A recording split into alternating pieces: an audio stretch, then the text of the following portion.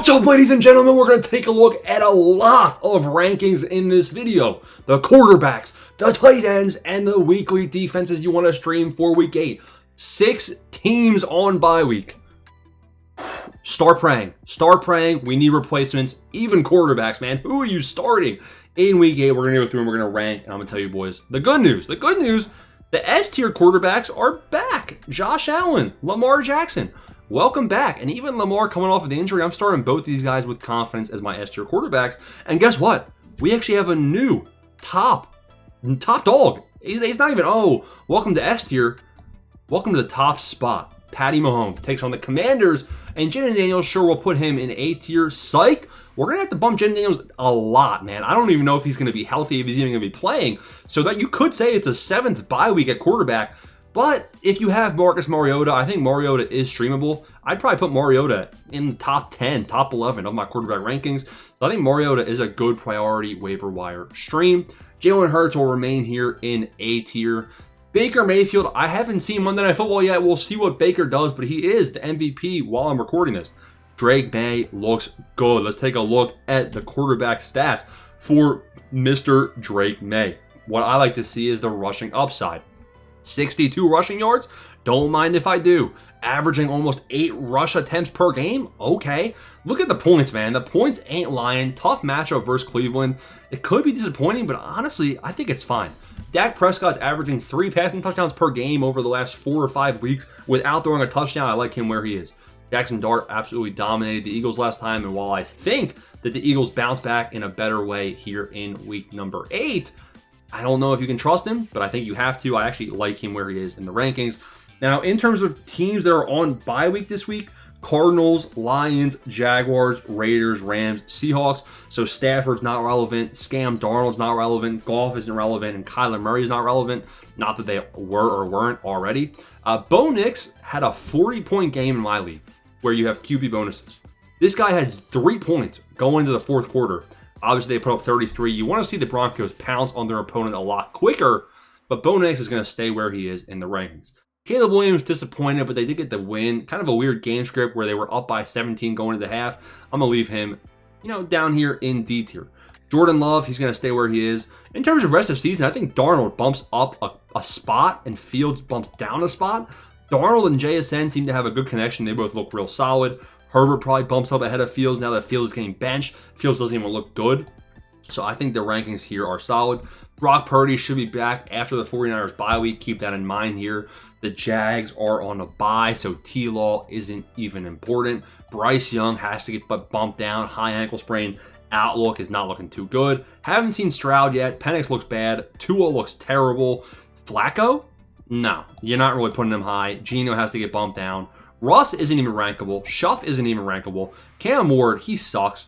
Stafford, okay. Rodgers and Flacco, the S-tier boys. I still am not super convinced. To be honest, depending on what Stroud does, there's a chance that Flacco and Rodgers are actually a bit too low in these rankings, believe it or not. Let me see if there's anything I'm missing. There is one guy I'm missing. Mr. Indiana Jones himself is going to come in my rankings right about here. I trust him more than Dart. I think if you want to go for the ceiling, you put Dart ahead of Indiana Jones, but I'm going to put Indiana Jones right here. I know it's aggressive as my QB8. It's aggressive, man, but he has looked good and dialed in all season long. Spencer Rattler is not a bad streamable quarterback. If he doesn't play sloppy football, he actually doesn't look too terrible. And with Olave having a big game, he has Shaheed as a deep threat. I think there's an argument to be made that you put Rattler ahead of Stroud down here in E tier, with bye weeks he could be relevant. Wentz and McCarthy. Wentz and McCarthy are probably both down here in E tier as well, whichever one of them starts on a short week. Dylan Gabriel, not worth ranking. That's QBs. Let's go to tight ends. So with tight ends, guess what, boys? It's tight end week. National Tight End Day, whatever it's called. And even though Kittle's coming off of a 0-point performance, it's tight end day. He's got to be up here in S tier. He's going to fall, though, for the fact that he had such a bad game. Ferguson, 2 tutties. He remains in S tier. I feel like we've been pretty good on projecting him all season long. You have Trey McBride. Not bad, not bad. And the Arizona Cardinals, sadly, are on a bye week, so irrelevant. Sorry, you're not getting tight end day, buddy. The Indianapolis Colts and Warren, this guy looks good, man. Just because they're not on bye, I'm going to bump Warren up a spot for the weekly rankings. Brock Bowers, the Raiders are also on bye, but he should be coming back after the bye week, and I'm going to have him ranked where he is. This is a good rest of season ranking. Sam Laporta, haven't seen him play yet. He'll probably bump down a little bit in the rankings, or really maybe there's some people you move up, but I'm going to bump Laporta down a little bit here. So Travis Kelce has looked all right almost all season long. He's given you a pretty good floor. Like, we haven't really had too many disappointing performances from Travis Kelce. Taking a look at the week-by-week stats, 13, 10, 7, 9, 19, 14, 8. Pretty consistent, pretty reliable.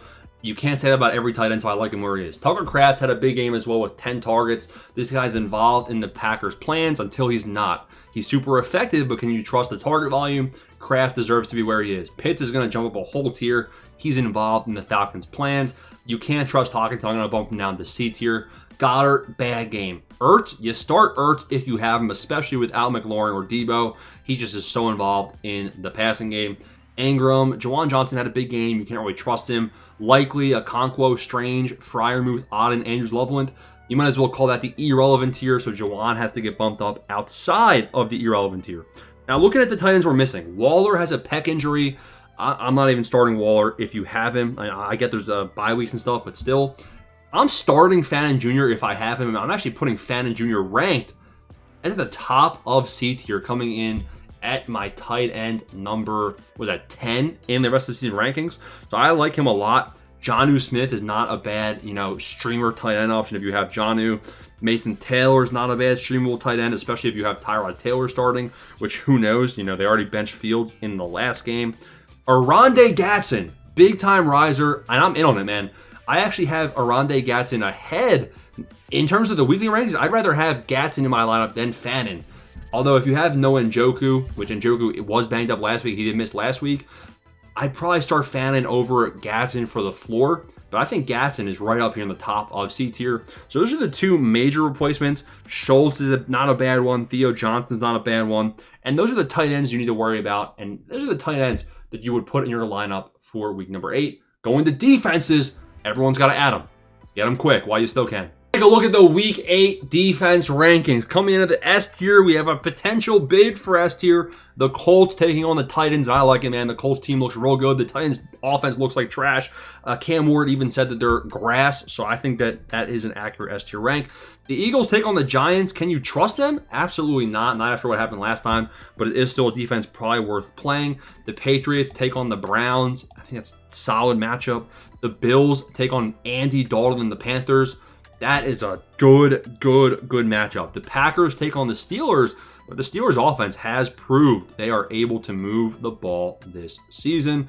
So I'm going to put the Packers, probably down here in B tier ahead of the Eagles. The Bucks take on the Saints. I think that's a good appetizing matchup. The Chargers take on the Vikings Thursday Night Football. If McCarthy's in, I am in on that one. The Falcons take on the Dolphins. And that is also a good matchup, man. The Dolphins offense has looked absolutely trash. The Bengals take on the Jets. Okay, I don't mind that one whatsoever. You can't start the Ravens defense no matter what the matchup is. The Chiefs take on the Commanders. Probably going to be Mariota. I don't mind this Chiefs defense, man, because this Chiefs defense has actually looked pretty elite all season long. We need 2 more defenses. The Broncos take on the Cowboys. Broncos have a good defense, but the Cowboys offense is too good, way too scary. The Texans and the 49ers. I feel like one of those defenses probably has a good game. And I think there's a better chance of it being the Texans, but I don't trust it. Not a huge fan, really, of any of the rest of these matchups. Nothing's really jumping off of the page. They're trying to get you to put the Bengals in versus the Jets. We already have them up there pretty high. They're trying to tell you put the Jets in versus the Bengals. And that might actually be your best bet.